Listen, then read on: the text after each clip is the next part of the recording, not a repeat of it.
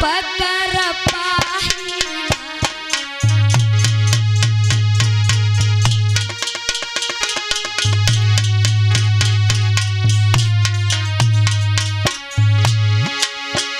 और शादी जंगल में हुई गई मैया को खबर मिला पाही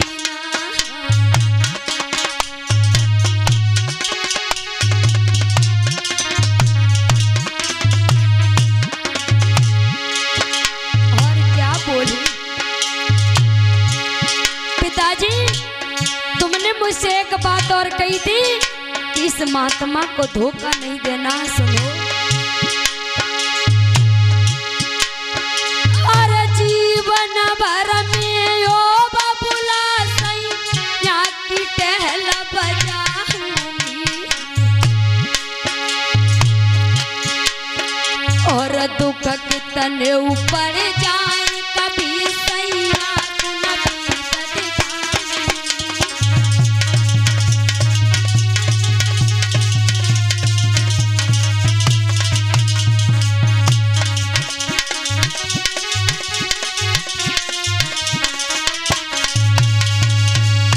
आज भक्तों जैसी इतनी बात कही उसी समय सुकन्या समझा करके बोली पिताजी कोई बात नहीं, अगर तुमने मुझसे कहा है कि इस महात्मा की सेवा करना, इस महात्मा को कभी धोखा नहीं देना, तो हम आपकी बात को अवश्य मानूंगी। लेकिन भक्तों ध्यान दें, उस सुकन्या ने अपने पिताजी की बात मानी, उस संत के साथ में रहने के लिए मंजूर हो गई। लेकिन राजा सरियात कहने लगे बेटी इस महात्मा को कभी धोखा मत देना, जो कुछ बने इसकी सेवा करना, ये तुम्हारा पति है। इतना कहकर के राजा सरियात वहां से चले जाते हैं। जब वहां से चले जाते हैं सुकन्या चमन ऋषि के सामने खड़ी है। आज उस जंगल में सुकन्या को समझाने वाला भी कोई नहीं है। कहने लगे हरे प्रभु मेरी किस्मत में क्या लिखा है, ऐसा ही नहीं। सुकन्या चमन ऋषि की सेवा कर रही है, लेकिन भक्तों सुकन्या कहने लगी स्वामी अब भी तुम अपनी समाधि को खोलो, क्योंकि मेरे पिताजी तुम्हारा हाथ पकड़ा करके चले गए, तुम हमारे पिया हो।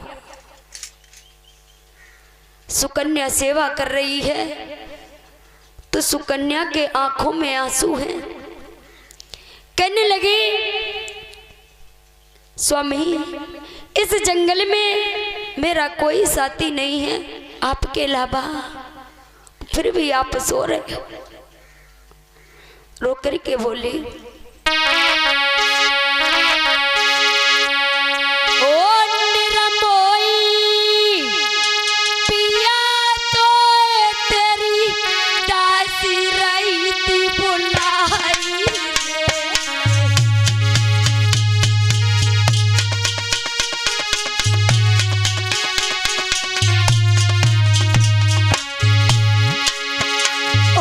झोली रही थी पसारना तने पियो भी गजराही।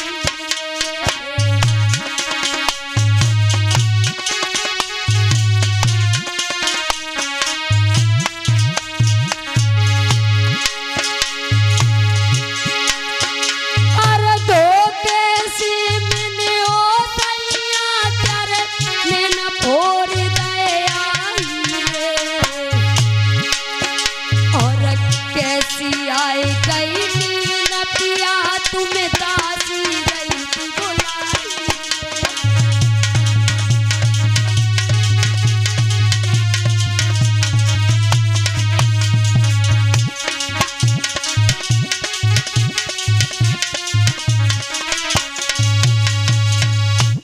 आज भक्तों सुकन्या कहने लगी, स्वामी अब तो मेरा इस जंगल में कोई नहीं है, समझाने वाला भी कोई नहीं है।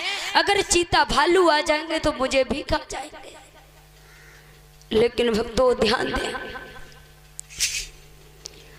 सुकन्या उस संत को संत नहीं समझ रही है, अपने पिया समझ रही है, पति के समान सेवा कर रही है।